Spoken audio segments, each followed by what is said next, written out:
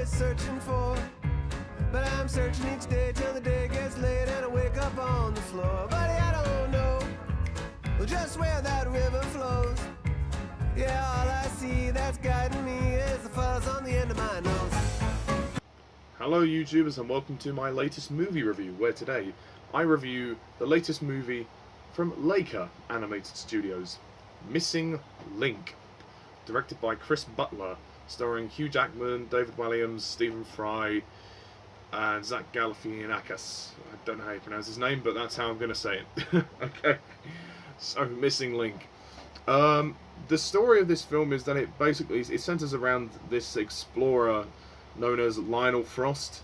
He wants to become part of this English club of great explorers, but they won't let him in. They don't appreciate his ideas. He can't prove his extraordinary discoveries.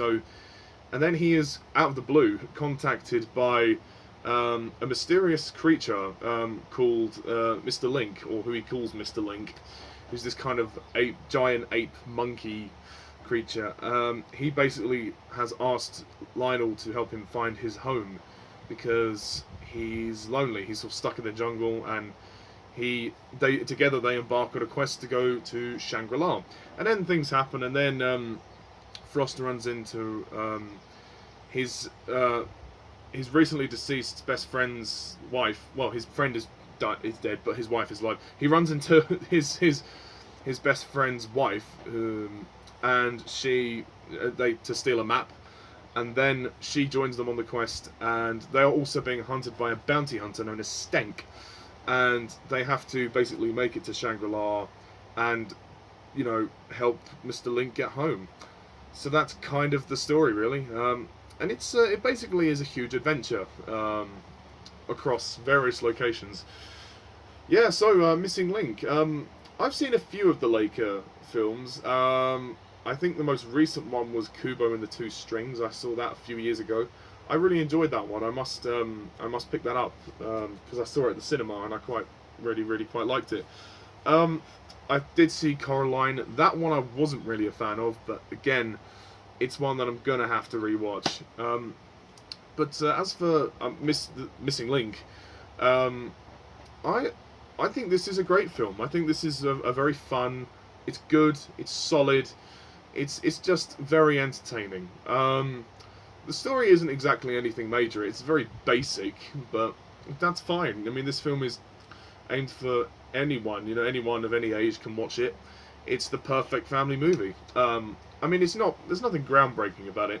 Do have some minor quibbles with the film, but nothing that stops it from being entertaining. Let's start with the cast. Now, the cast are great. We've got an A-list cast here. We've got Hugh Jackman as Lionel Frost. Oh, Sir Lionel Frost, sorry. He's obviously very good. And when you hear his voice, you know that it's him. I mean, he does the same English accent that he does in Flushed Away.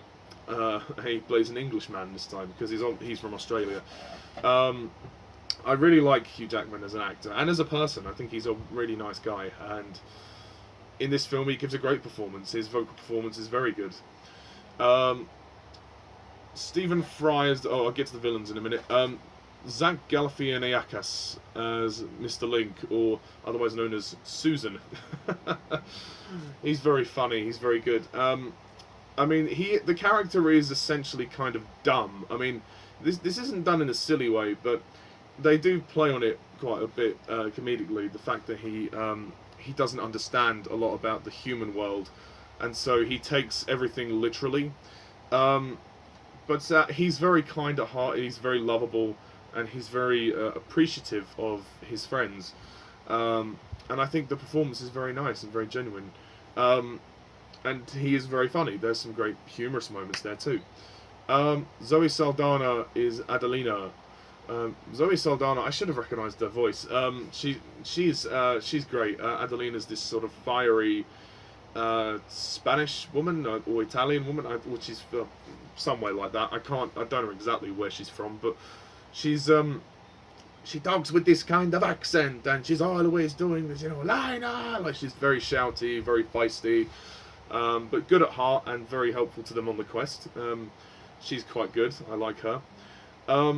Timothy Olyphant as Stenk. I think Stenk is a cool character. He's the bounty hunter who's he kind of talks like a cowboy, you know. It ain't about the paycheck no more, you know. He has that kind of rough voice, and there's a great scene when we first see him in a bar. There's a big bar fight, which is really cool. And this film has a variety of locations, which it's quite a big movie in that sense. It's quite an expansive film.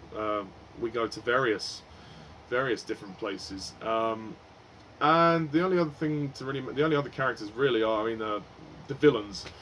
The villains don't really do anything in this movie. I mean, Stenk is kind of the one he's following them around a lot. But Stephen Fry's character, Lord Piggott Dunsby, he's in about 3 or 4 scenes in the movie. He's really not particularly great.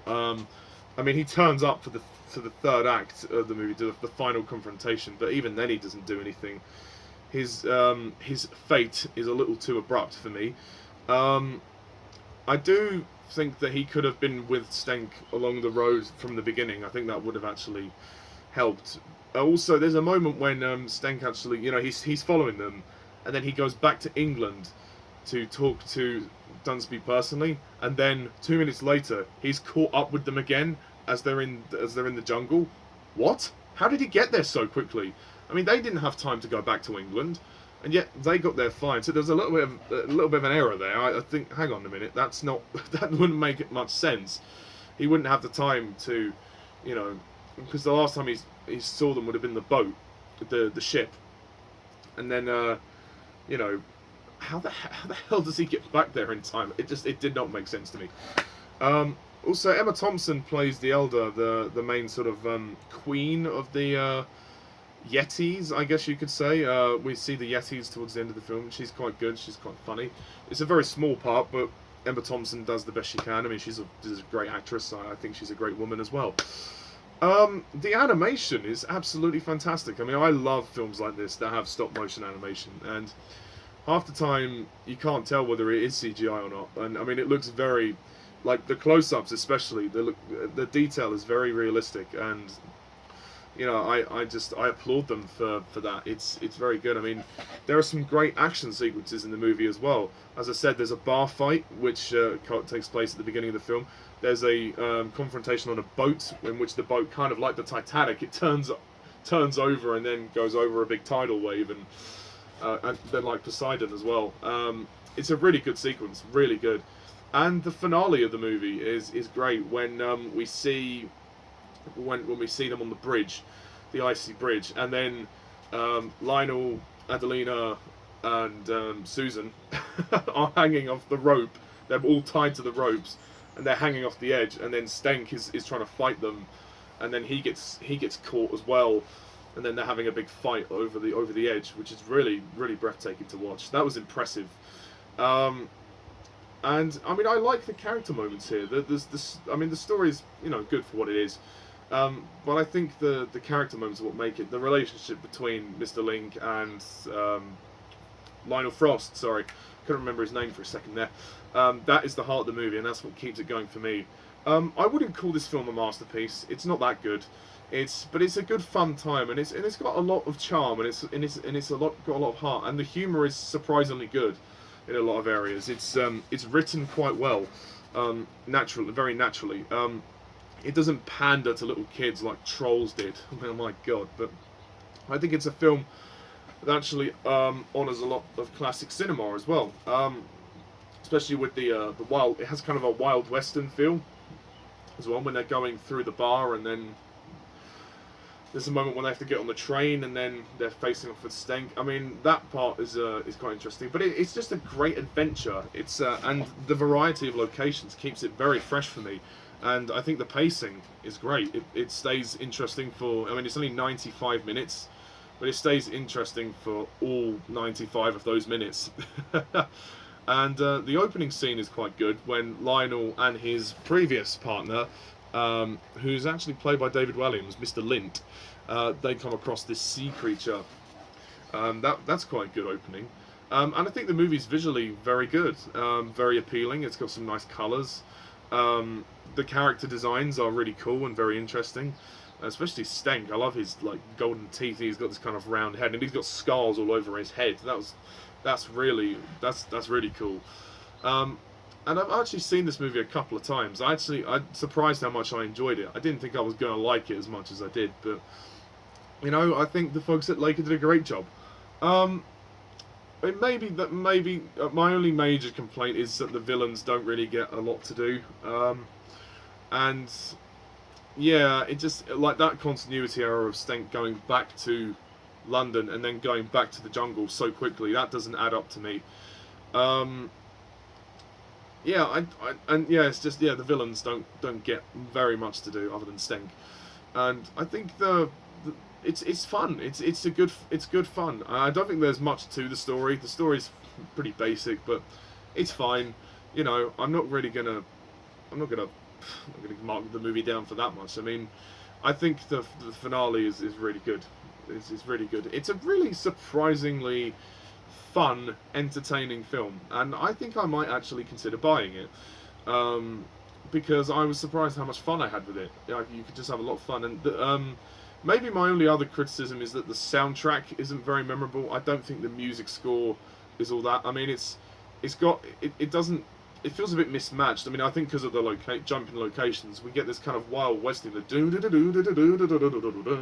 and then when we get to Shangri-La, it's like, oh, that's more epic, and there's not really a musical shape to the score, if that makes sense. I know this is really nitpicky, but the score could have been shaped a bit better. It doesn't sound bad, but when you hear the music for Missing Link, it doesn't stand out to you like another movie would, like Coraline or even Kubo and the Two Strings. But this is a very good effort from Laika, and I'm gonna score this movie an 8 out of 10. No, but I'm not too sure what I'm always searching for. But I'm searching each day till the day gets late and I wake up. I think it's really good, and it was one of the funnier animated movies that we've got recently.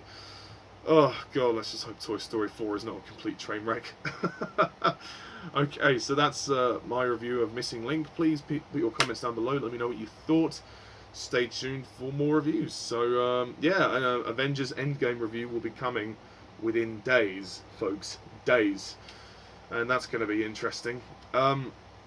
Yeah, the Toy Story 4 review will come in like July, I think June or July, whenever it comes out. I mean, this summer you'll get that. But yes, anyway, thank you guys all for watching, and as always, I'm Mr. TARDIS11. See ya.